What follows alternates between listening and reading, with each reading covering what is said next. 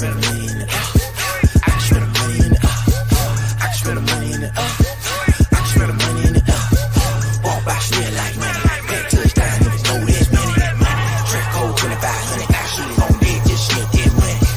I can spend a million. I can spend a million.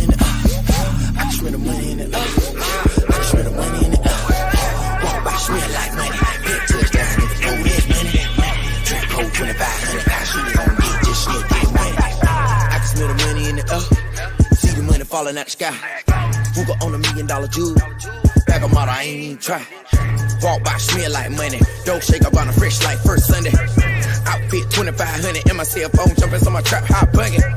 Came from the bottom, got it at the mud, don't act like you ain't see this coming. Pull up to the club, Chevy on season, nigga can't tell me nothing. Get it from my kin folks, watching in my bloodline. Rattler with the pills, just try it. Brian 85 with the pounds in the trunk, cause I know that my hood gon' buy. Candy paint on the wheel, yeah, flip flop. Paint so wet, did a drip drop. 93, you can smell it through the zip lock. 100 bands stashed up in the zip lock. Louis bag, see, I order swag. Got a lot of money, gotta stay down. I bring the ticket through the Greyhound. Queen City, uptime.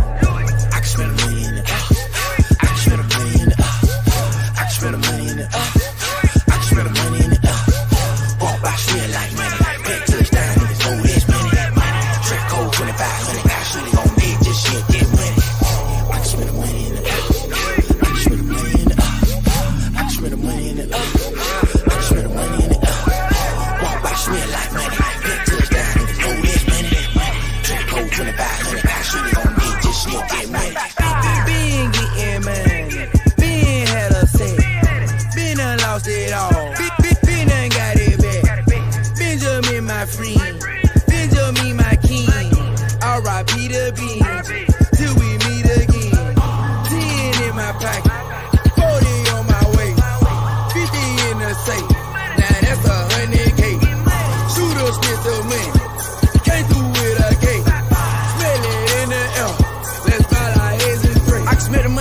lost chunk, dawg. Stacks house kitchen all phone, dawg. They don't understand that I blend for this. Waited for it came when I least expected this. 93, straight gas, drinking lean on my Texas shit. My young hitters don't play fair. I can smell the money out in the air. I can smell the money in the air. I can smell the money in the air. I can smell the money in the air. I can smell the money in the air. Walk by shit like money. Head touchdown, niggas know it's money. Track code 2500. Got shit on me, just shit that money. I can smell the money in the air. I can smell the money in the air. I can smell the money in the air. I can smell the money in the air. Walk by smell like money. Head touchdown, niggas know it's money. Track code 2500. Got shit on me, just shit that money.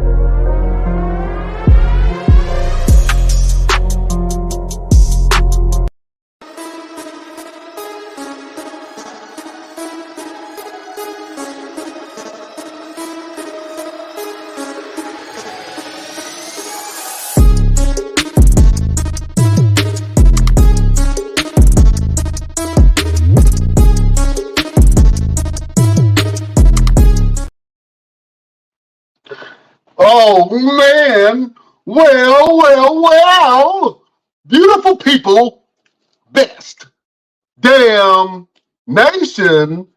It is Wednesday, and you know what time it is. It is the Best Damn Wrestling Podcast. I am your humble host, Brian Renegade, and with me, I have the best damn crew.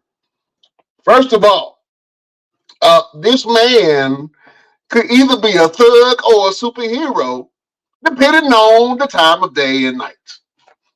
He is the green-eyed bandit, the king of grapple.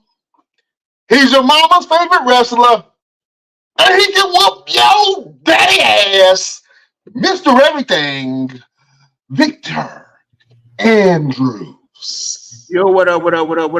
What's going on, good people of the Best Damn Wrestling Podcast? And with me is El Capitan, the head honcho, the head of the table, the man with the master plan, the Brian Renegade. Why, thank you. Appreciate that, my brother. Oh, man, in the building, he is a Lakers fan. He is a wrestling aficionado. He is the official Bake Bro. The one and only Senor Fuego himself, Chef Showtime. What's happening, Chef? What's good? Oh, man, we good, my brother. Blessed and highly favored, you know what I'm saying, as the old folks would say. Best Damn Nation, what's going on? Show us some love in the comment box. If you're watching this on Facebook, Twitter, Twitch, all of those apparatuses, all those apps. Thank you for watching us. If you're listening to us on Radio Land, iHeartRadio, Pandora, Apple Music, Amazon Music, wherever you get your podcast, you can listen to the boys at the Best Damn Wrestling Podcast each and every Wednesday or whenever you want to in your leisure. We appreciate you guys' love, support, and all that jazz. Fellas, let me go around the board real quick. What's going on? What's happening, Mr. Everything? Man, you already know I'm in the building. I'm at the gym. Got a couple of clients coming through, getting a little workout on. Out here making these dollars, making daddies holler, and making the mamas follow. I hear you on that. Oh man, Chef Showtime, what's happening, my brother?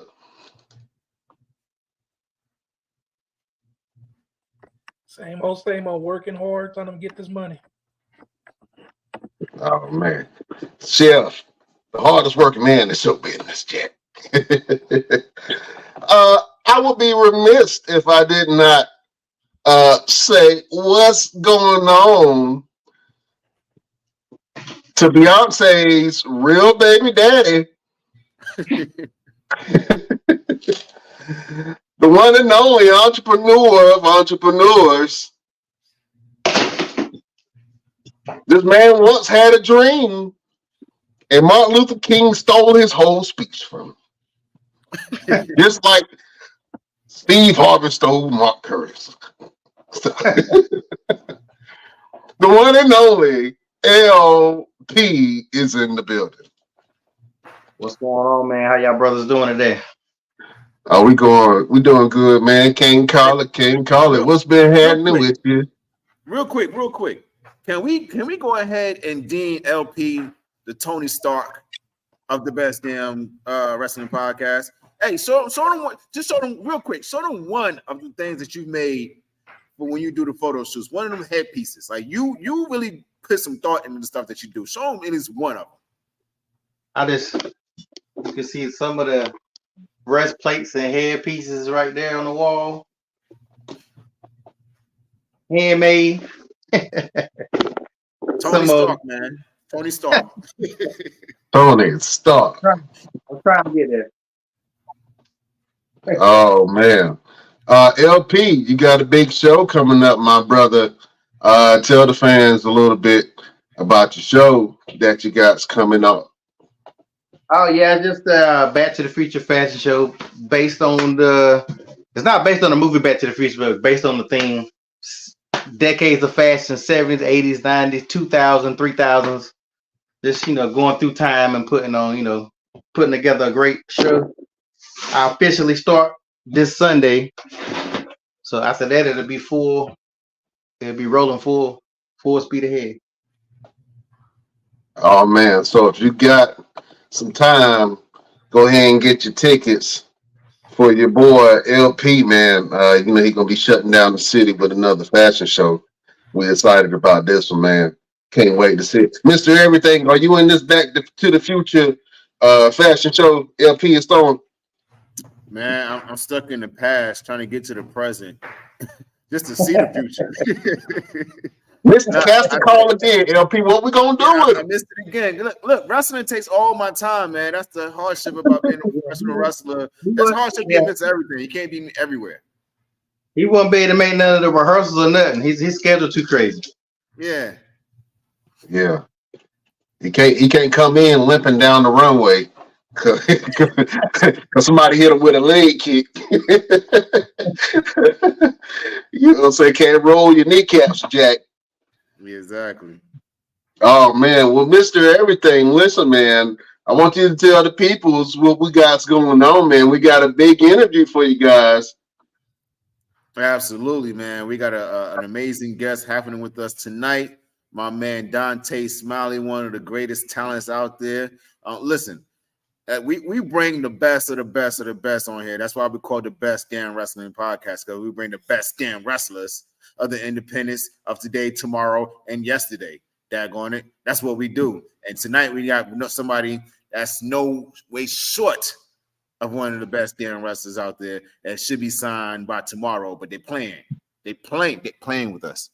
They're playing with us. That's all. That's what they're doing. They're missing out. We're going to bring the talent out here. We're going to bring the talent to you. Don't even worry about it. They ain't gotta sign us. We come to y'all. How about that?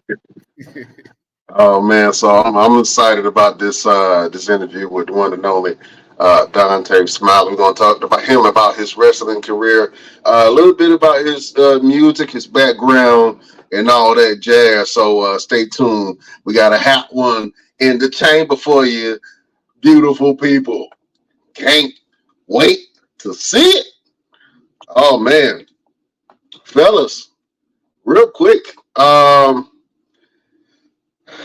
Dwayne "The Rock" Johnson. I gotta get into it real quick.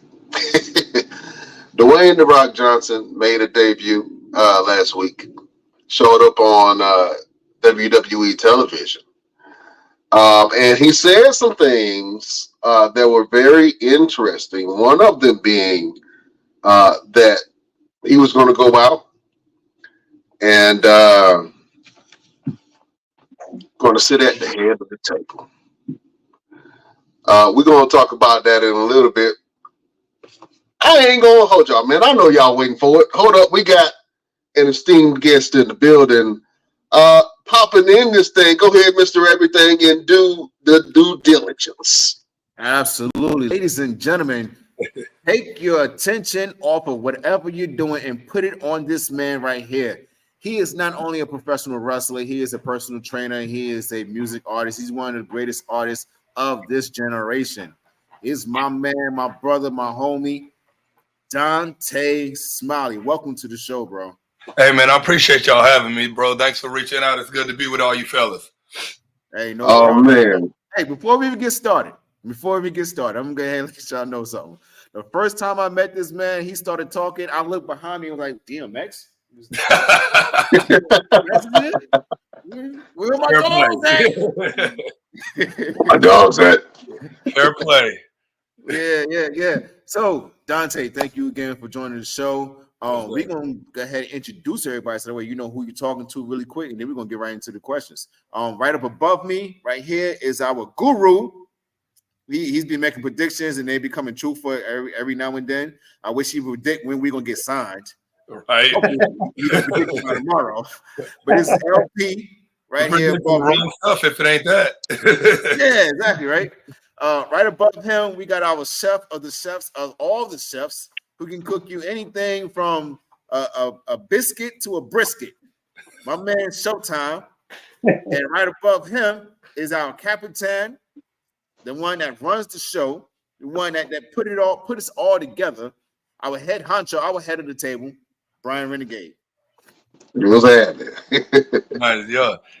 So is he actually a chef? Like for real? Absolutely. Oh no, that's awesome. Hell yeah. So we're gonna get right to it, man. Real first question. Yo, for those who have been sleeping on rocks, living on a different planet, tell them who Dontae Smiley is. Dontae Smiley, first and foremost, is a man of God. Dontae Smiley is the father. I am a husband, and those are the most important things I'll ever be for the rest of my life. But outside of that, some of the coats I'll wear are a published author. I have a bestseller on Amazon. And I got the receipts to that when I first dropped my book. That first week it was out, I was out selling the Young Bucks on Amazon. The only book that I was behind in the pro wrestling biographies category was actually Mox's book, because he literally released the same day that I did. And he was the only one that I was behind. So that's an awesome feat to be able to have, because only 1% of the world ever becomes a published author. So it was real cool to be able to dive into that. But even more so than that, I've been a musical artist since I was 18 years old. Formerly back, we're talking 2008 through about 2014, which is when I started wrestling. I was in the scene heavy. I was doing all the Texas tours with major artists when they were coming into town. Did Texas tours with like Waka Flocka. Had to go out to Austin. Did Machine Gun Kelly. I opened up for Travis Scott twice when he was here. One for a festival, and one time at one of his main concerts that's at a place out here called Trees. And then I found wrestling, man. It kind of fell into my lap because I started a wrestling podcast with a buddy of mine. Actually, we call it Yes, It's a Wrestling Show. And we cover local indie scenes, some WWE, but more important, we wanted to focus on the indie scene. And that's actually how we got to get to training with the guy that we ended up meeting, Anthony Black, is because one night we went out and did some photography and videography work for a company in this area Went out with him afterwards, kind of shooting the stuff. And then this chick named Ruthless Lala. I don't know if y'all are familiar with Ruthless Lala, but great wrestler. She's from Texas, gets around the United States doing what she does. But she's the one that linked us to Tony. And now, 9.5 going on 10 years later, the rest is history, man. I've been very blessed with a lot of dope opportunities wrestling-wise. I've been able to do a lot of stuff, as you have, Mr. Everything, that we understand that some people will never get to do, be it TV, be it travel internationally, be it face habitual stars on a regular basis, as we became some ourselves, as we are, you know what I mean, with who we face in our associations and, what we've achieved, man. And I don't take that for granted, you know what I mean? That's why I work as hard as I do. That's why I sacrifice everything I possibly can, because not only do I owe it to God for putting me in the talents to be able to do this, but also, the 3 girls that I have outside of this door right here that are sacrificing even more so when I'm gone and whatnot, you know what I mean? And I take that to heart with my work ethic and everything that I try to put forth into this business. Oh man, talk about being a girl dad. What are some of the beautiful things about being a girl dad, and what did you learn about having? You say you have 3 girls, having 3 girls, man. Yeah, 2 girls. 2 girls. Okay. Oh man, more than anything, I would say the biggest thing that I've had to learn, bro, is extreme emotional patience. The Taurus in me has a natural, very short fuse. I've got a control of that. I'm very at peace with a lot of stuff, so I don't get irritated very easily. I try not to let this world see me flinch in any kind of way. But I will say the extreme patience, because you realize that, especially once you have multiple, right? Like one, not too bad, but when you start having 2, and then you start seeing yourself in them, so to speak, and seeing your significant other in them, right? It's you versus you a lot of the time, and you got to talk to them a certain kind of way, because 1, they're not adults, so you can't talk to them like an adult, you know what I mean? And 2, that emotional bandwidth that they have as they're going through some of this life processes and learning experiences are the first time. So if they're acting up in a certain situation or letting something really get to them, it's probably the first time they face it, where we've faced it possibly hundreds of times, depending on what it is. And so it's really getting in tune with that and just getting a level of understanding on remembering that they're kids. And there's a lot of first times that coming emotionally, things we do outside in the world and all that kind of stuff. And you just have to have a lot of emotional bandwidth to make sure that you're ready for whatever comes. Because if you're not, then you might get irritated with some of it, and you just can't do that. You're a steward of a position. You got to grow these young individuals to be, great teenagers, to be great adults, or whatever it may be as time goes on.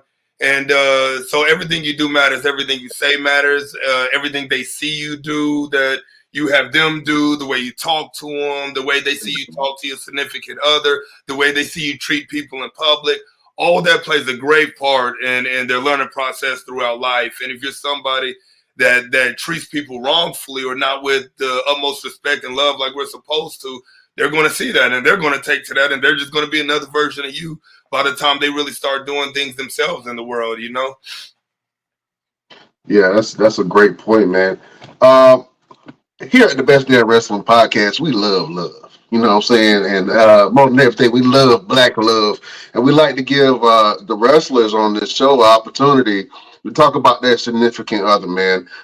Can you tell us how your wife has held you down in both your music and your wrestling career?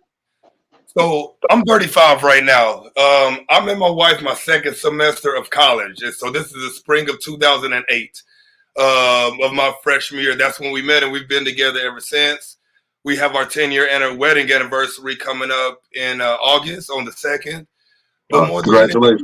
Than we've grown up together, right? Because even at 18 and 19, you're still kids figuring it out for the most part. You know what I mean? And that's what a lot of people really don't think about. And so we grew up together, and she's been with me through some of my worst stuff. You know what I mean? I've been through addictions in my past. I've been through situations where I couldn't get over past family fluff, you know what I mean? And she comes from a good nuclear home, you know what I mean? Mom and dad been married 35 plus years, something plus, somewhere around there, whatever it is.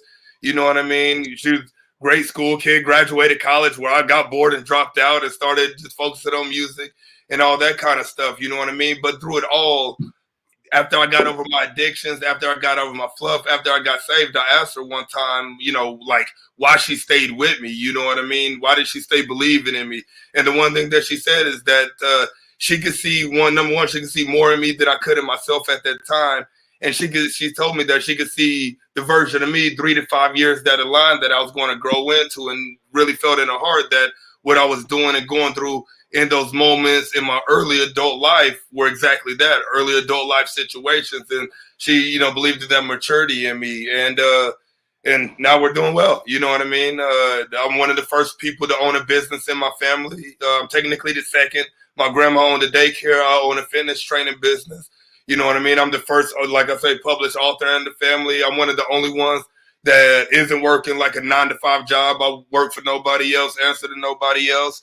You know what I mean? And so it's a beautiful thing to kind of change that generational curses that were amongst my family at one point in time, and kind of change the legacy for my downline and on as you know, they get older and have kids and so on and so forth, to really lay down the foundation and change of what the Smiley last name means, because namesake is really important to me. Namesake may not be important to a lot of people, but my dad was a proud Smiley, and he was one of the hardest workers. You know, like I've seen this man sell jewelry off of his fingers for me to be able to be in basketball tournaments and stuff. You know what I mean? He was that kind of, he was a hustler. He was a grinder, did whatever he could. So I had to take that and run with it and do greater than that as he raised me too. So now watching me live out my dreams of being a professional wrestler and traveling the world and seeing me on TV and just seeing me flourish in life, family, faith, finances, friends, associations, and all that is just music to his ears. You know what I'm saying? Because he's like, job well done to himself for raising me better than, you know, better than he was, as we all want to do as parents, is raise our kids better than how we were raised and so on and so forth, then be better than what we are and whatnot. So that's exactly it. Oh man, that's awesome. You mentioned that you were saved. Can you talk about your spiritual journey on your on your journey to enlightenment and to connect with your Creator? Yeah. So before 2017, like I was complete non-believer. It wasn't that, like, I was more of what they call agnostic, I guess, is what they call, where it's like, damned if you do, damned if you don't. Like, if you believe, Yeah. you know what I mean? Which, like, I get it. That's my brother. You know what I'm saying? And like I get it, because now that I've been on both sides, like, I get it. You know what I mean? But something typically happens in somebody's life, like you say, that makes them feel enlightened and start seeing and calling on something higher than themselves, or believing in something higher than themselves, or really being priests to themselves and their environment. And what had happened was in 2016, it was in November 2016, I suffered my first major injury ever. We're 2 years into my wrestling career. I'm holding like 4 titles at the time. I'm 2 months away from going to Germany to work with Alex Wright, who used to be in WCW. He's out there in Nuremberg, Germany, and I was going to go work with him that January for like a week to train and be on a couple shows. And I dislocated my foot training one of my basketball clients. I was a skills coach and at a fitness connection out here, and I dislocated my foot.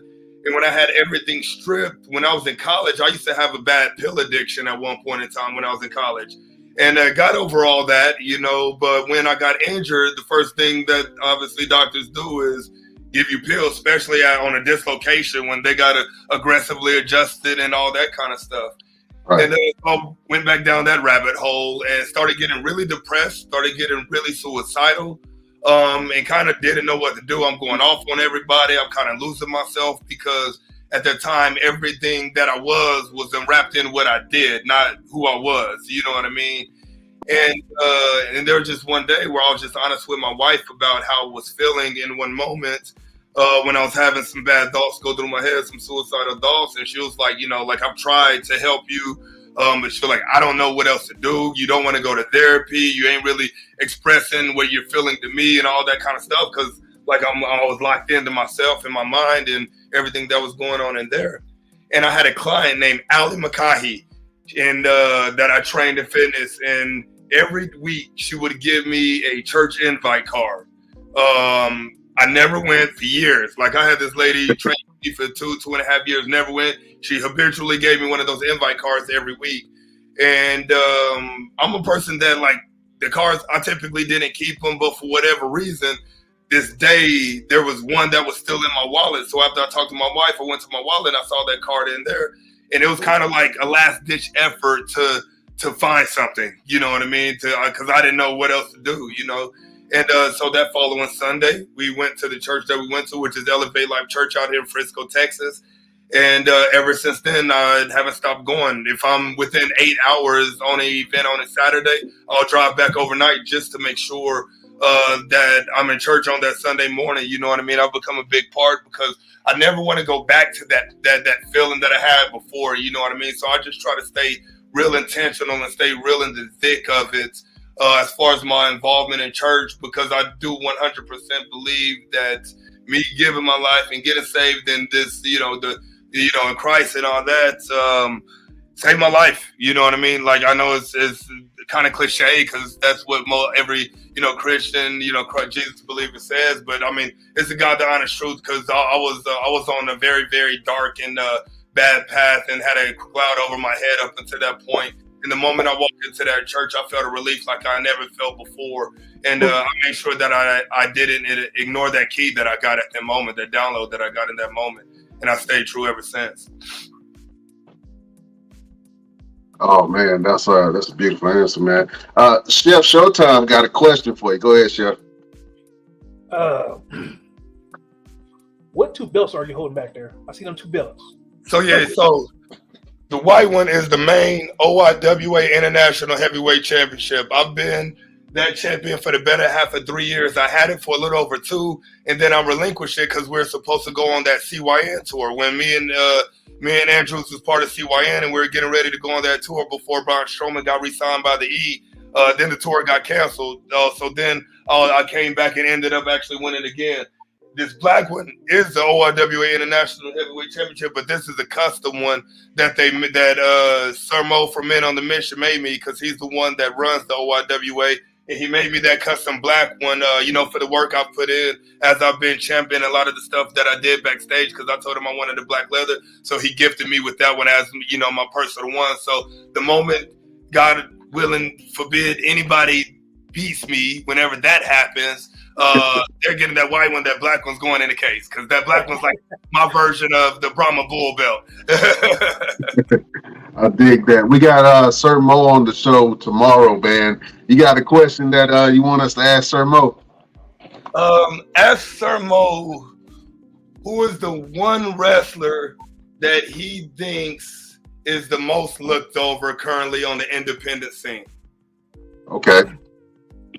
All right, that's a good question. Yes. Myself and a lot of others that he has brought in that I face, that he's got relationships with, and I'll be interested to see who he says. Will you be mad if he doesn't say your name? Not at all. There's a lot of good wrestlers. I'm not interested. There's a lot of good wrestlers out there. You know what I mean? But I want to, because he's probably 100% gonna say me. I'll be surprised if he doesn't. But it's his reason why, because he's a very intricate person and pays attention to a lot of detail in the game, right? It's not just the wrestlers, but the game of wrestling, from promoters to how, and stories that he hears when people go to the AEW or NWA or WWE, and what people go through to be able to get there, or what people barely go through to be able to get in some of these spots as well. You know what I mean? And whatnot. So, and he has a very good mind for that kind of stuff, and has very good opinions about that kind of stuff. So if he's on tomorrow, I would definitely look at really picking his brain on the game of wrestling, bro, because he loves sharing it. And the thing is, you'll get honest answers. You ain't gonna get no fabricated, sugar coated, I'm not trying to break the internet type answer. He's gonna keep it real with you, as I will. You know what I mean? Yeah. Oh man, that's a good one. Oh man, I got to go to the resident. Go ahead, Chef Showtime. I have one more question. If you get to pick one dream match from the past or present, who would you face? One dream match from the past to present? Man, I think because my most influential, bro, is Randy Orton, bro. I mean, Randy Orton, Like everything about him, right? He doesn't miss. If he ain't injured, he ain't missing. You know what I'm saying? You can't really tell me a bad match that he's had, to be honest, in a very, very long time for the most part. But he's also been one of my favorites for a very long time.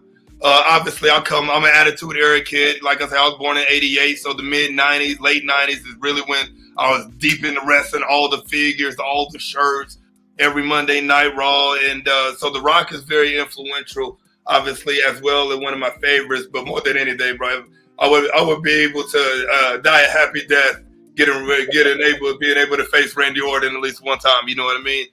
And the crazy thing about it, those kind of matches aren't far-fetched. You know what I'm saying? They're not. You know what I'm saying? The thing is, right place, right time, so the right things could happen. So you just stay grinding and whatnot, and I stay believing, and I'm gonna just always stay doing the work, because that's the one thing I can't control is my effort, the emailing, the showing up, the presentation, keeping myself in shape, keeping myself healthy, and making sure every time I step in that ring, I put it on a high quality match. You know what I mean? Because as it goes, you know, you're only as good as your last match was, so you have to perform every single time that you're out there and put on the top match as best as possible for whatever that story is calling for. Oh man. Go to the villain of the Best Damn Wrestling Podcast, LP. I want to ask, like, what you've been saved in religious, does that ever affect like storylines that you have to do, or do you ever be like, I don't want to do that because of this or that, or do you keep it separate? How do you go about that? Yes. So funny story. It has, and I've denied storylines. I've denied certain like promo type pitches and stuff like that a multitude of times. Mainly it's been because more so not on the sides of really that, but I remember one time I was pitched to do this like chick approaching me type scene, and you know the cameras kind of like catching me with her at a bar, you know, that kind of thing. You know what I mean? It was something like that. I can't remember because it was like 4 or 5 years ago, about 4 years ago when I was pitched it. So we're talking 2020, 2019. But it was something of the sort where they wanted me to seem like I was having relations with a woman for storyline purposes, and you know, Macho Man Hulk Hogan and you know Miss Elizabeth type stuff. And I completely did not want to do that, because I'm married, and that's not a thing. Real life ain't no gimmick to me. You know what I'm saying? And people know I'm married. I'm happily married. And so I wasn't going to disrespect my wife by doing something like that, because I feel like that's what stuff like that would be doing. And there's no way that I was remotely going to do that and have anybody remotely thinking anything of any sort, one little bit about that kind of stuff when it comes to me. My integrity is way more important than a little promo pitch that's going to get maybe 10,000 views. You know what I'm saying? It's like that stuff ain't worth it. No, so yeah, I'm 100%. But anytime I've had like 2 situations like that, but that's about the extent of me denying a storyline based off of something that is in my private, personal life.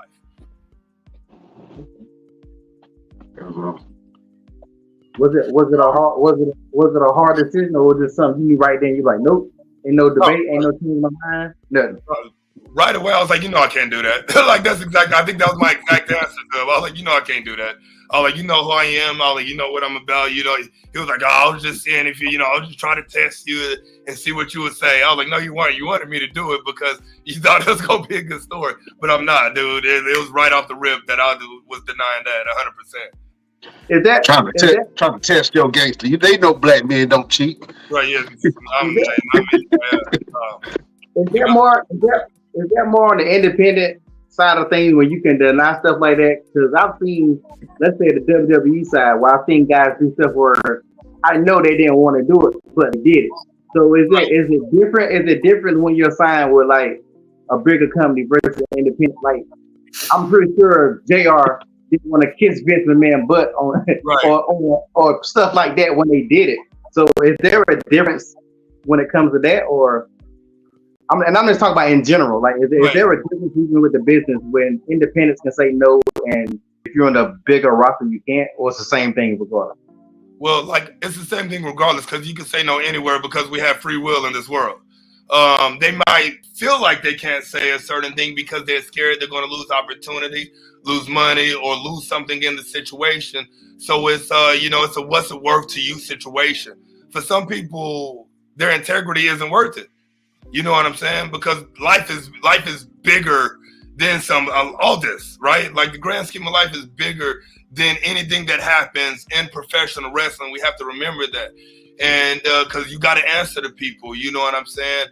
So back in the day, it was a lot more people willing to bend over backwards. And this is based off stories that I've heard on how the game worked, where people were willing to risk it for the biscuit to get that elbow rub or get that push.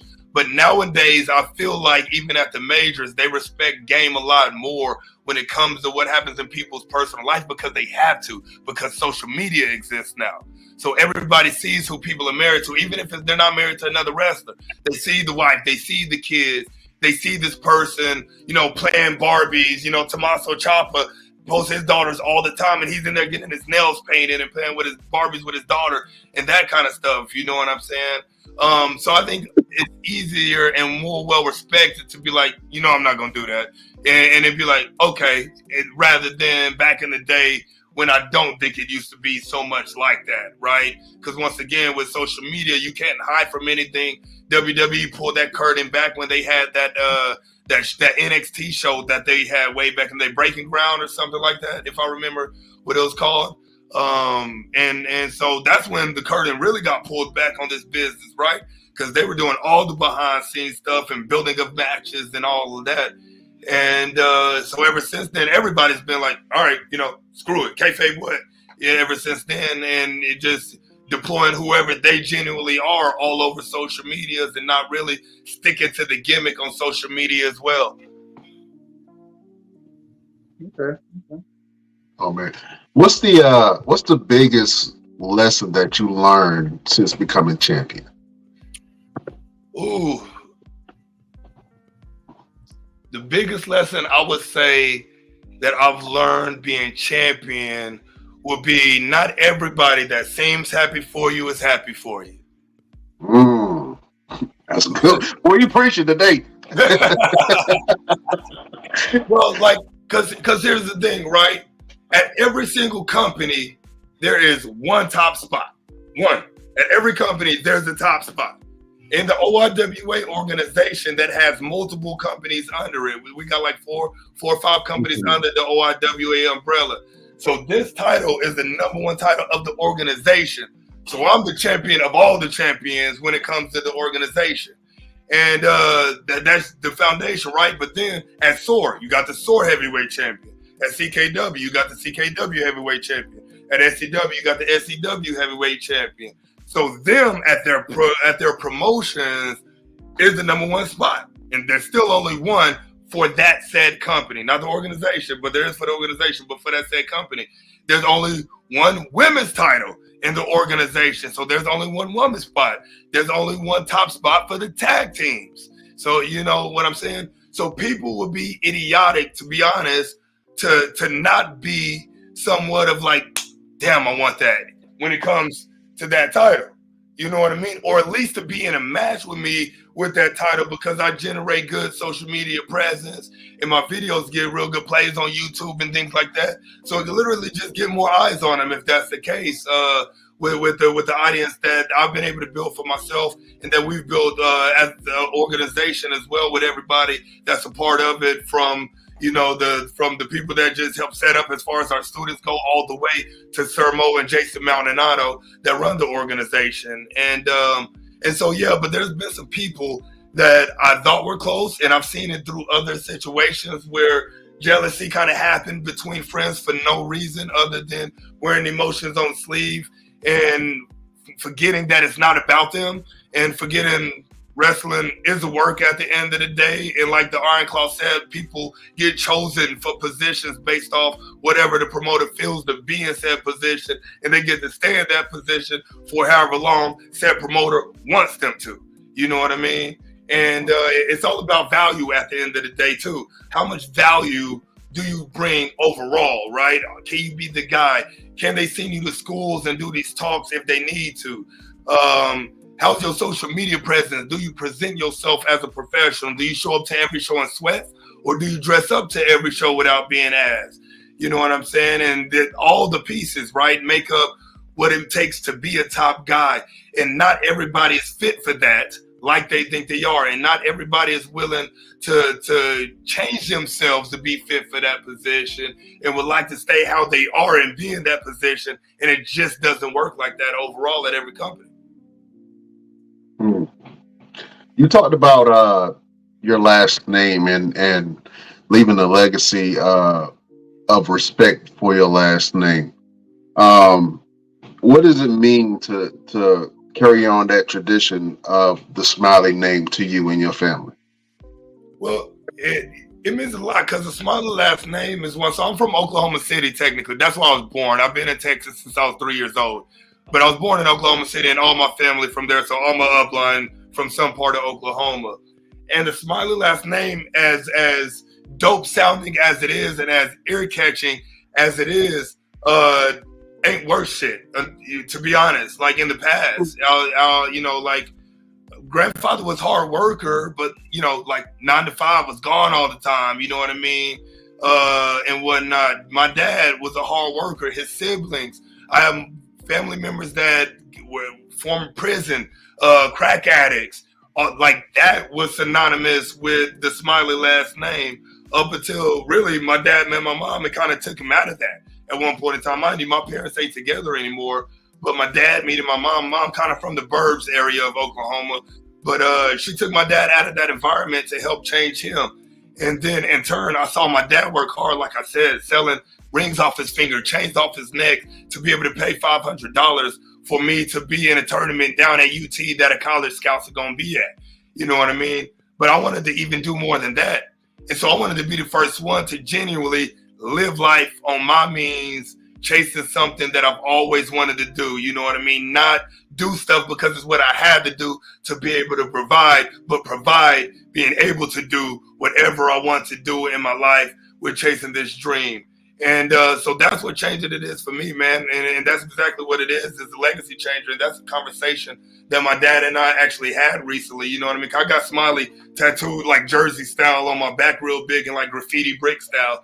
And because I like genuinely wanted to wear it on my back. You know what I mean? I'm proud of my last name. I was proud of what my dad did for me and my mom as well. You know what I mean? They split when I was like 4 or 5 years old. But both of them were very hardworking individuals.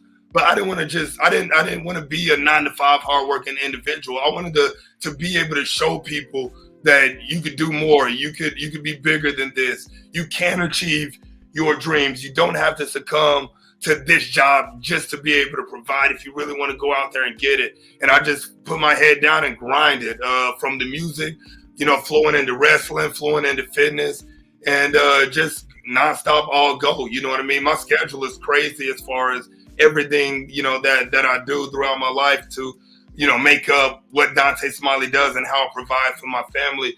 But it's all stuff that I want to do on my means. You know what I mean? Because it's all stuff that I love and things that I'm gravely passionate about. Absolutely. We mentioned Sir Mo a little bit earlier, man. Do you believe that Sir Mo belongs in the WWE Hall of Fame? Belongs in the WWE Hall of Fame? I think he does. I think because Man and Mission, you got to remember, they were one of the top black tag teams of that time. That's what people forget, you know what I mean? Because everybody looks at Mabel all the time, which rightfully so, to do with ginormous, right? Like, so he stuck out like a sore thumb. Like every tag team kind of has, the guy that does the comeback and the guy that takes the heat. You know what I'm saying? That's stereotypically how it goes. And Mo was the heat taker. He would get in there and do some fast stuff and take it. But Men on the Mission was a legendary tag team. You know what I'm saying? They faced Diesel. They faced Shawn Michaels. They faced all them all the cats people enamor over. You know what I'm saying? The only thing is, they were black during this time. If we're being completely honest, and those times were way different than now, and what, especially back then. You know what I'm saying? And so it was hard for him, man, because you had to walk on very, very, very, very thin glass to remotely get a corner piece of a chicken leg. You know what I'm saying? Or to get any. And so yeah, I would definitely say so, man, because Men on the Mission, they're one of the first rapping gimmicks of WWE. And how many rap gimmicks have they had since then? A lot. Men on the Mission did that. You know what I'm saying? and so on Right. and so forth. And so I think respect is due in that circumstance. You know what I mean? They had one tag team championship run, so it ain't like they had a lot. But just like any other sport, you don't need to win championships to be able to make the Hall of Fame. It's about influence and what you achieved with the time that you did in the times that you did. Right. I absolutely agree with you on that, man. Well, you just mentioned something about music, right? When did you first fall in love with music, and where did your musical influences come from?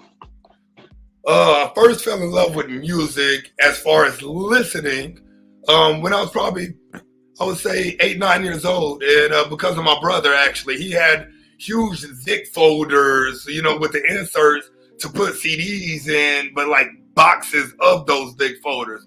And I mean, my brother listened to everything from Marilyn Manson to Tupac to Shania Twain to Garth Brooks. He just loved music. He could play 4 or 5 instruments himself as well. Like, so he was very, very smart and had great sound and you know, genre love. He was definitely non-discriminatory when it came to the genres of music that he listened to. But as far as doing it, it was, you know, me and one of my homeboys, Antonio, back in high school, downloaded this program called Audacity, got a USB plug-in mic, and we just got into freestyling at the tables when Clips came out with that song Grinding. Grinding, yeah. Yeah, you know what I'm saying? Doing it on the table. Mhm. And so we used to freestyle with one of our coaches all the time. We used to stay freestyling at the tables. And then finally we were like, man, let's start actually recording. You know what I'm saying? And it was something that I actually like took and ran with ultimately even after that, because when I got in college, I never stopped. You know what I'm saying? And we recorded our first track during my senior year, and I was already 18 at this time. So I was 18 when I recorded my first one. But even my freshman year, the first thing that I did was go pick up some equipment, put it in the dorm with me. When I moved to an apartment my second year, I upgraded everything because now I have my own room and kind of started expanding. And, you know, I was out there in Denton throwing shows at like Haley's and Andy's and Rubber Gloves. And really, I was one of the backpack rappers at the time when that was the thing to be said, because Denton was really split. You had like your like, I'm gonna call it spade a spade. The white boy rappers that were over here, so they were doing like, you know, the Beastie Boys style kind of rap, the boom bap type rap, and then you had the street rappers. Like, you go over there at a certain time if you know people, you know what I'm saying? And I came in, and I'm cool with everybody. So I was doing tracks with them over here. I was doing tracks with them over here. And so when I do shows, I was bringing all this together, from the backpack rappers to the college kids to the boom bap rappers that were over here to the street rappers that were over here, and putting us all in one spot and really, you know, cultivating a community of hip hop artists that were from different areas that could really coincide and throw shows that people would come out to and people would enjoy with no drama. And that's exactly what I was able to do. And then I started getting a little bit more popular, performing South by Southwest out in Austin, which I don't know if y'all are familiar with South by Southwest, but it comes through Texas outside of also Austin city limits. But started being official artist for that like 3 years in a row. Like I say, when major artists were coming into town, I was opening up for them at the big venues out here. Travis Scott, Casey Veggies, Waka Flocka, a whole bunch of people that were out in this area. You know what I mean? It was real crazy. And then got into some stuff. I took meetings out in LA at one point in time and got out there, did some stuff I shouldn't have been doing out there drug-wise. And it was like from that moment on seeing how the entertainment business was and how people really like survive in it and what they get offered and the influences. There's a reason I haven't been back to LA ever since this point. You know what I'm saying? I had opportunities to, but I had this dark cloud that was over me. And that's when really weird, bad stuff kind of like started happening all around me, not to me, but around me. And I heeded that knowledge and kind of saw everything for what it was. And so then something happened at a show. A big fight broke out for the first time when I've been throwing shows for 7, 8 years at this point. And it literally in an instance took my love away from music for a good while. This is in 2014 when that happened. And so I stopped doing music. from 2014 to 2017. I just wanted nothing to do with it after this situation happened. I wanted to remove myself from what I saw myself becoming, because I realized I needed to mature if that's what I wanted to be able to handle myself in that business and the influences that come along with it. Because I wasn't at that time, you know what I'm saying? I wasn't ready for that more success is really what it was. Like, I knew I wasn't ready for more success, or else I would have had it. And I'm glad it got noticed, and I didn't get it at that time, because I may not be alive right now, to be 100% honest, if that was the case. But I took those years off, and then I came back more matured, more life, and been hitting the ground running ever since. Anytime I still throw shows every now and then. I was in Austin earlier this year to do a festival and whatnot. I'm about to release an album actually next Friday. I'm going to be releasing the cover art, the track list, and a video this Friday on my social medias. Album dropping next Friday. Album titled "It Is What It Is." Oh, I said what I said. I got an EP later dropping that is what it is. But this one is I said what I said, and it's going to be a very in your face album. I'm calling a spade, and a lot of stuff that I say is very real world versus spiritual world, and the battle that really comes with that, with life influences, because we're human and we're all going to fall short of the stick. And I talk about that kind of stuff in some of the songs. And it's my best project, man. The dude that I had executive produce it, this guy named Trevor Lawson out here that's been in the music business for a long time and managed and EP'd a lot of artists. He's been around me for a long time, but this is the second time that we're actually working together. But he's heard probably 10 or 12 of the projects that I've dropped since I met him back in 2009. And he's like, this, if nothing comes of this, it might not happen type situation. You know what I mean? Because he was like, you got some stuff on this that should definitely get a lot of traction. So we just got to get it in the right hands, get some of these to the DJs, get some of them to some of the radios. It's not club music. I'm definitely a storytelling, very relational artist in how I speak and how I rap, and the influence I'm trying to make with my music. So it ain't going to be played in clubs and stuff like that, but radio DJs are definitely, want to get it to and get it on some of these Spotify playlists and stuff like that. That way, in blogs that are still out there that people post on and people go listen to. So I'm really excited about this release than I have been for the last few releases that I've released since being back. I don't know what you talking about, brother, man. You sent us a banger. And I got to play it for the people. You talking about it ain't gonna get played in clubs. You crazy. You can feel free to perform along with the song, because we love music, you know what I'm saying? We're gonna vibe along with you, my friend. You know what I'm saying? But I got to play a little snippet of this song that you gave us. Apex, man. I was listening to it. I was like, this is fire right here. So yeah, talking about so they ain't gonna get played in the club. Best Damn Nation, I'm gonna let you be the judge of that. I'm gonna go ahead and play the track, man. Like I said, brother, you can feel free to perform to it if you want to. Sound good. It's time to run it up. It's time to run it up. It's time to run it up. If you wanna fight, look, if you buck, man, I've been built different since I stepped onto the scene. Big Smiley 101, yet they try to copy me. That's why they call me the Apex on an island of my own. G-O-A-Z, let's be real, that's been known. Cause I've been built different since my birth in 88. My father always told me I was gonna be great. Now the world gets to see me raise the bar on the daily, real life. Ain't no gimmick, that's the motto, ain't no fake. Last name ever, first name greatest. Born with the crown, that's why they call me the Apex. Winning so familiar, taking L's is foreign. I'm in this game forever. In 14 I got sworn in, 3 fingers raised. Now I ain't banging around the cities that I'm from. They the cities that made me. Grew up fighting Discord circles, nothing new. Now I stomp a chest and drop a head and get paid too. My how things have changed over all the years. Boys think they bout it, but God is the only man I fear.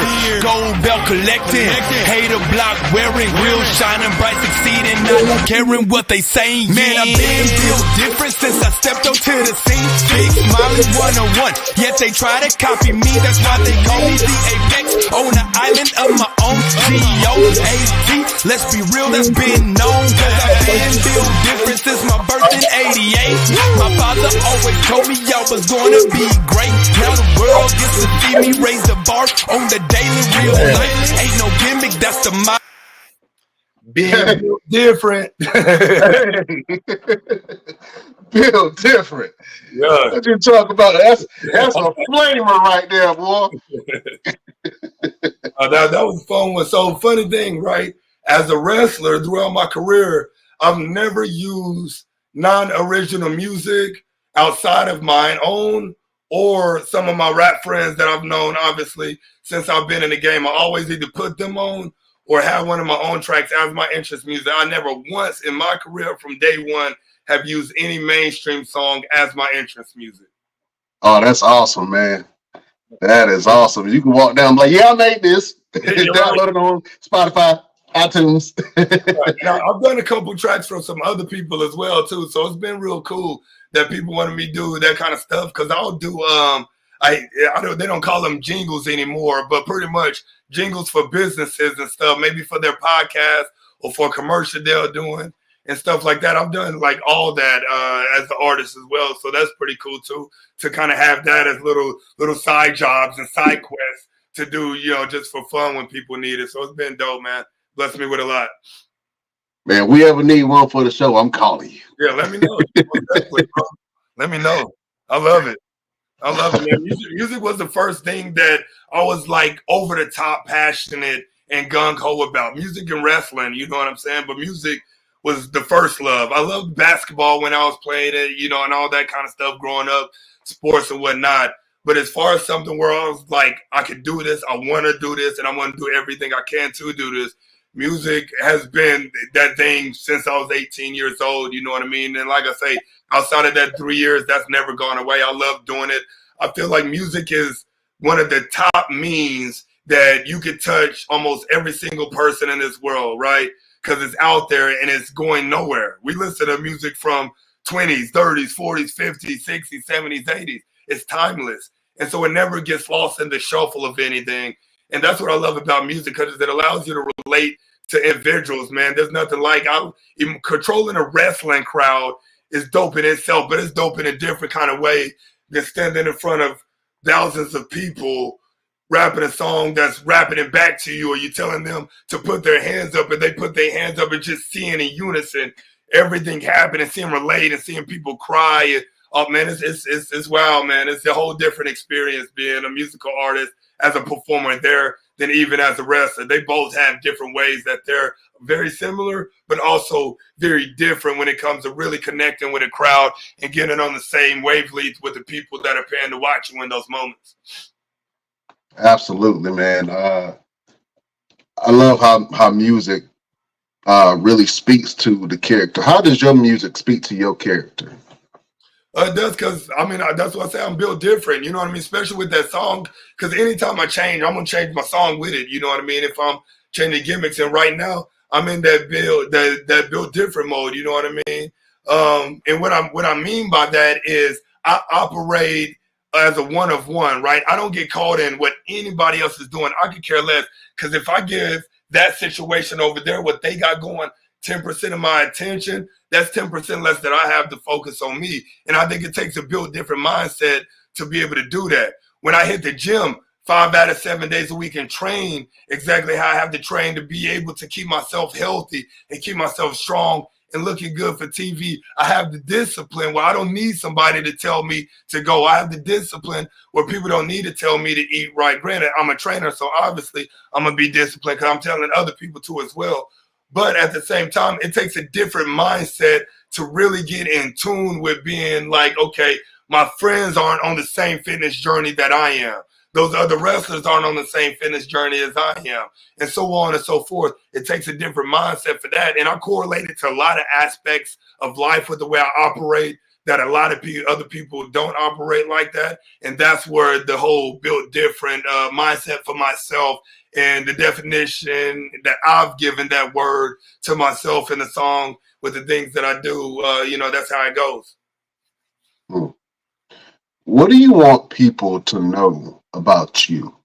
If people are just finding you out for the first time, and they're trying to find out who you are and why should they get behind you and support your character and your growth, what do you want people to know about you?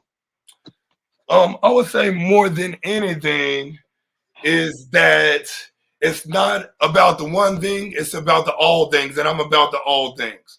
So I'm a person where you will look at me, you might find me as a wrestler, but the moment you click on anything, you're going to see everything else. Some people find me as a fitness coach, they click on the thing, they see me in everything else. I'm living proof that you can live life by your means when you realize that it's about all the things and not just the one thing. Life is bigger than the thing, right? It's all this. How you, once again, how you operate with people, how you operate deploying your 1% that God has given you in this universe and making sure and acting on it. A lot of people are afraid to act when it comes to them getting some kind of download with an opportunity, right? Because opportunities only last for the lifetime of that said opportunity. Opportunities do not always come back around. I hate when people say that. Oh, if you miss it, it'll come back around. That's the biggest lie that people have ever been told. Opportunities don't always come back around. Sometimes you miss it and you'll never see it again. And so you really have to seize those opportunities in the lifetime of that opportunity. And the only way you can do that is if you're thinking on a greater scale about doing all the things that you've kind of, wanted to do and being fearless, obviously, in that pursuit. And it may not be something like wrestling. It may be going back to school and finishing a degree. You know what I mean? Or something of the sort. It may be mending a relationship with your mom because you're holding on to it, but you could possibly be the only one holding on to it. There's an enormous amount of things that could be, but we have to be able to be in tune with ourselves to be able to realize that kind of stuff. Absolutely. We're going to have to let Chef Showtime go. Real quick, Chef, let the people know where they can find you. And you guys can find me on Facebook, Twitch, Twitter as Chef Showtime or Dontae Carter. All right. Yes, Signing sir. off, Chef. I'll see you later. On behalf of Chef, man, I know that you mentioned your fitness journey, right? Yes, What are some things that people at home can do to try to get back in shape for this year? To be honest, it's number one is saying yes to yourself. Because if they haven't been, then they've been saying no, because it's probably something that they've thought to themselves before that they needed to do and just never acted on. So don't be afraid to say yes. Is it scary? Yes. But getting unhealthy and fighting things later in life is scary as well, right? It's like the situation of saying all things are hard.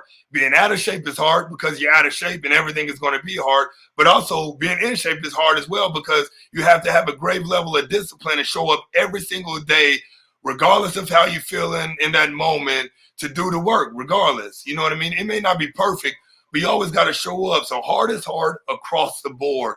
And so say yes to yourself and just take that one step and do it the one time. Go once.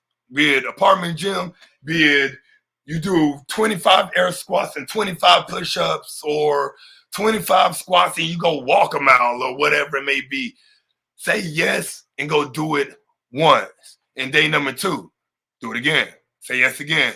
Day number 3, say yes again. And just stop denying yourself and keep saying yes to you every single day because nobody can want personal growth for themselves more than that individual. You know what I mean? That individual has to want it.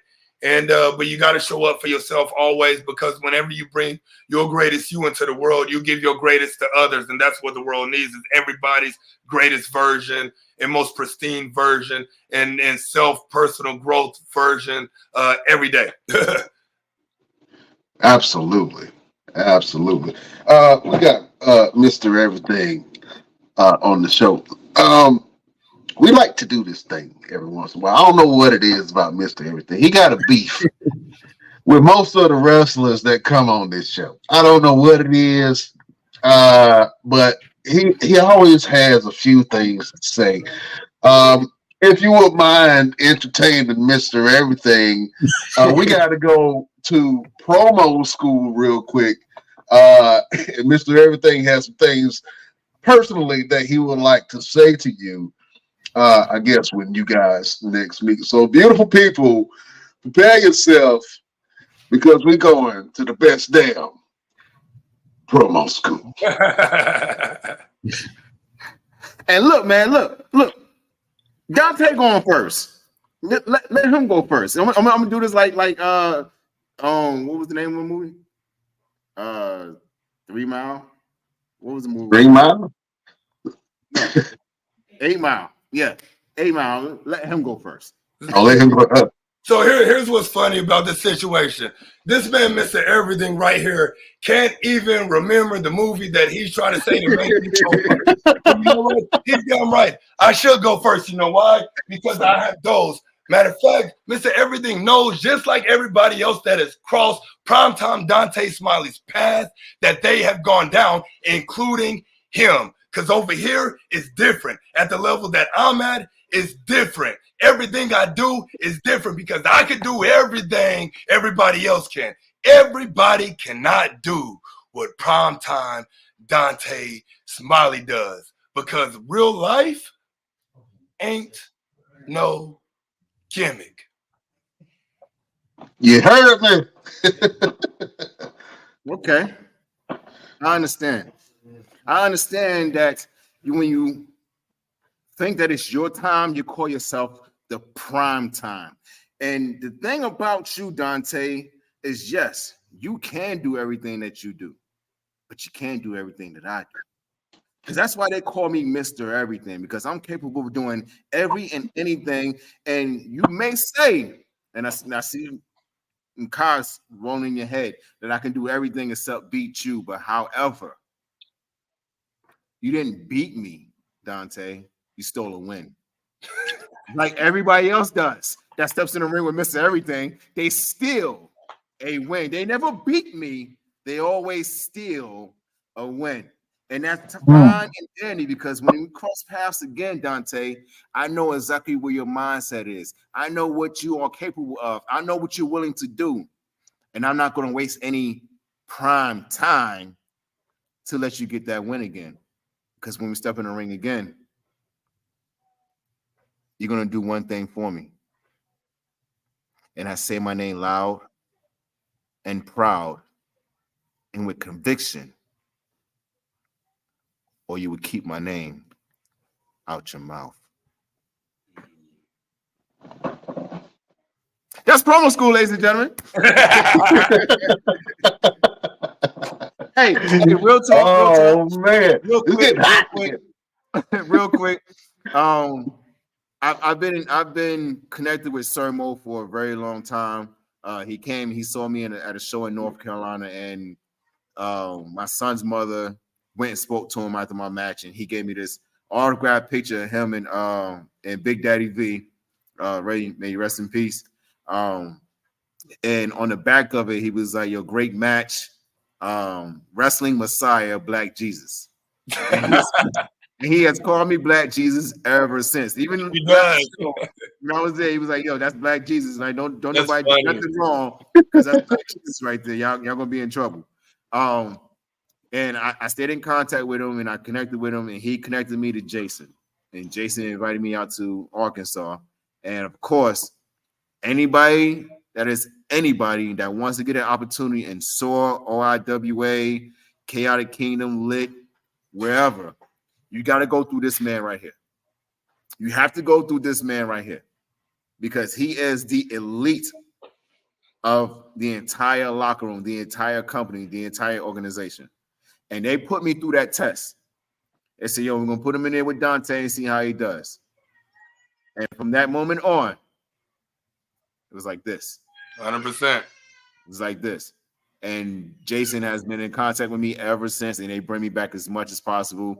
Sir Mo is bringing me down to Texas in June, and I'm excited. We got Germany, June 29th. Yeah, I'll go up there in April as well. 420, I'll be up there in that exact same spot because they're sending me up there. They're like, "Hey, we need you to go up there and test it out before we have all these people buy tickets to go out." You know what I mean? So I'll be out there on 420 defending the title as well, and seeing what this company is about, seeing how their locker room is. That way I can come back and relay the information to everybody. But yeah, it's going to be great, man. And that, that's the one thing about Mo, man. He's the most unselfish person ever, dude. The most unselfish person ever. He always tries to create opportunities for people in his collective that is close to him and on the outside. If he feels like you're somebody of value and you bring value, it won't crap on his name by him sticking his neck out for you. He's going to try to get you an opportunity 100%. And there's a lot of people out there that talk big game and say they'll do stuff like that, but not really do it. Mo's all about action. He's very little about talk, all about action on making sure he puts the people that he believes in the most proper position for them to really either level up, take it to the next level, be viewed at a certain level or whatever it may be. And that is a rarity in this game these days. That is a very big rarity in this game. But luckily, people like myself and people like Andrews, we got him on our side, you know what I mean? Because it's rare and it's special, and getting to do life with the locker room that we have. Because I take that serious, as he said. He knows that I'm big on locker room leadership.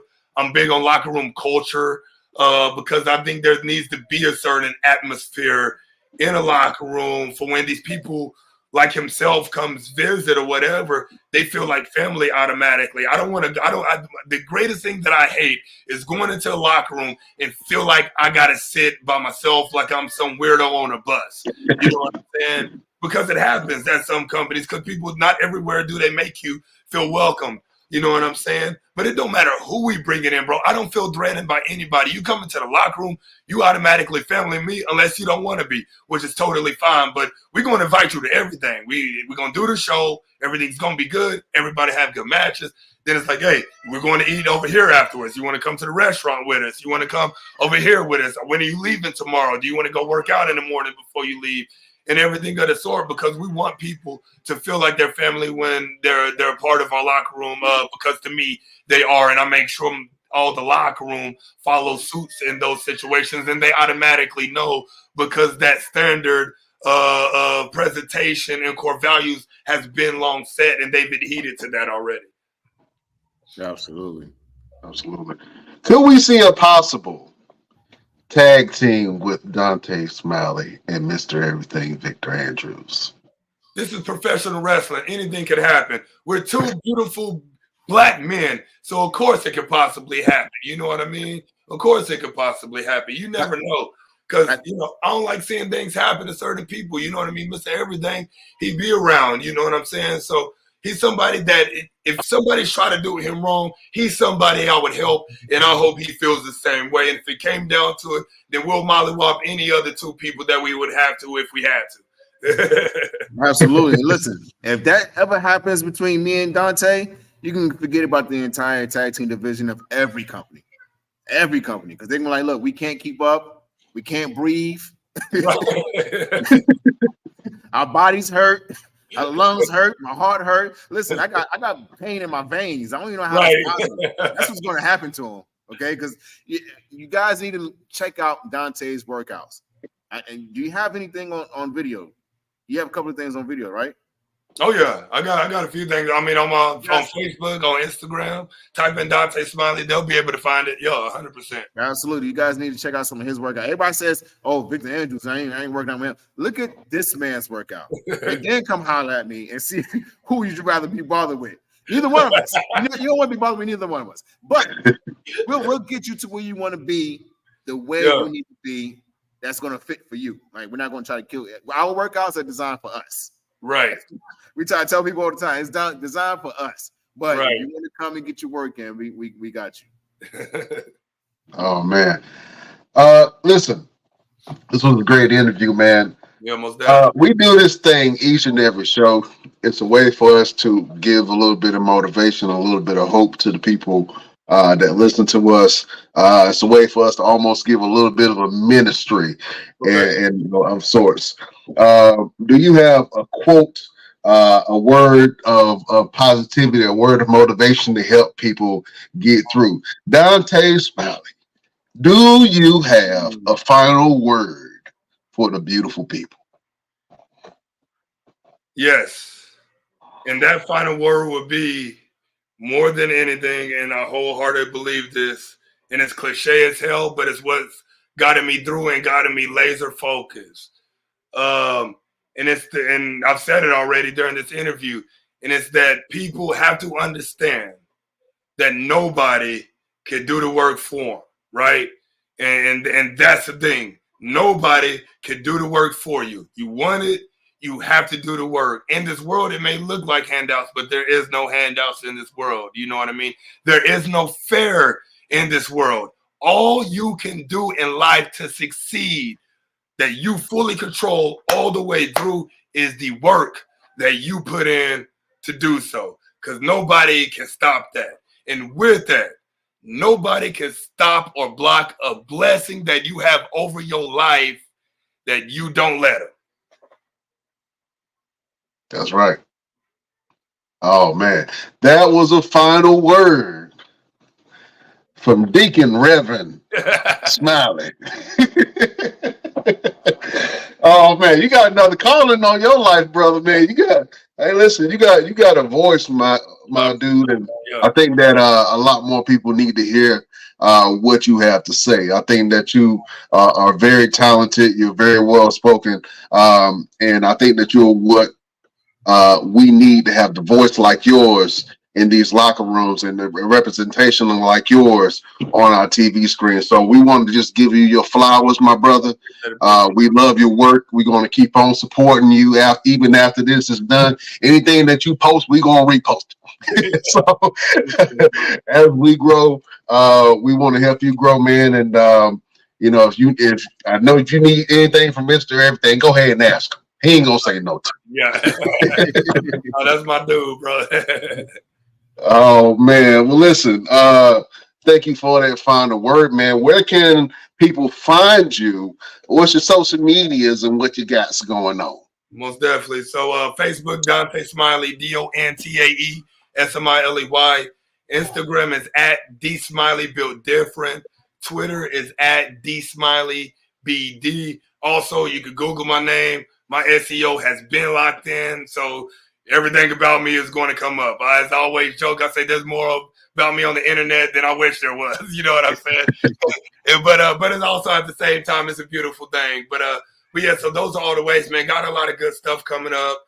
Got some big shows coming up. Like I said, I'm going to be in Germany twice this year. We're working on Japan as well. We're working on going back out to the UK as well. So I'm really focused on the international travel and getting my name out more that way. Also still reaching out to do the TV stuff with NWA, to get back to doing some stuff with AEW and all that, man, and just keep the marathon going, dude. You know what I mean? Because it's a long race, this wrestling business.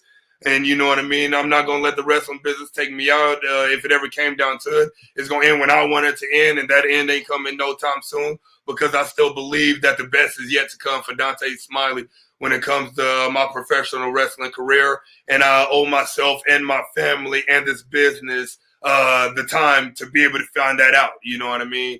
And so, yeah, I'm excited. Awesome. Real quick, what is your goal when it comes to wrestling? Do you have a wrestling goal? Yes, I do, man. Like straightforward as I want a contract, right? I want to be able to live off of professional wrestling. And that has to come with a contract with a company like TNA, AEW, WWE. Do I have a specific place? Absolutely not. You know what I mean? Because you never know where you're going to go. You never know where you fit in most, because I've only been in one of those locker rooms, which is the AEW locker room. And I do feel like I fit in there. I got a lot of friends there. My style is great for something like that. You know what I mean? It's just all about getting an honest opportunity to fully be able to show what you could do as well. You know what I mean? Everybody does what they can when they get the little spots and stuff like that, when Dark was still around and whatnot. But, everybody's 100% there for them, and we know that. And that's fine, because we get the exposure. Right? Like when we get there, we get paid, we get to be in there with some great athletes, and we get great amount of exposure. But just imagine when people really get an honest opportunity, some of these athletes out here, where you can see it in a little bit they might have did in the 5 minutes that they got it. You give them 10, and you can really see them possibly shine in that, and really see the value in somebody like my man BK got when he faced Hangman. You know what I mean? He got a grave, honest opportunity in that. Did his Doug Dizzle in that match, as he always done. I've been in the ring with brother. He's an amazing wrestler, amazing gimmick. And he went up there and got his eats when he was able to get that 10 minutes on TV with Hangman, you know what I mean? It didn't disappoint and has definitely reaped the benefits afterwards 100%. Absolutely. Well, listen, I think you were being a little bit modest, man, because you got the best drop kick in the business, Jack. I see you take a couple of heads off with that drop kick. I was like, damn, how you get up like that? Kevin Hart. Yeah, I gotta stretch when I get out of bed, bro. You see, I want to pull a groin muscle or something. I was like, man, he get up pretty high. All right. That's all that cross. Godzilla in the mouth. That's all that CrossFit, bro. That's what that is. And it's funny. So funny story real quick about the drop kick, then I'll let y'all in, right?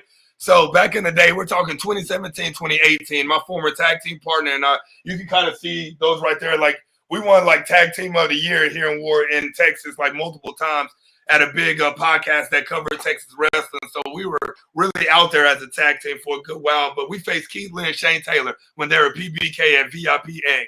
When we were talking about the match, I told Keith Lee, I was like, hey, when I hit you with the drop kick, you know, like protect yourself because I know you're 6'3", 6'4". You ain't used to people getting up there.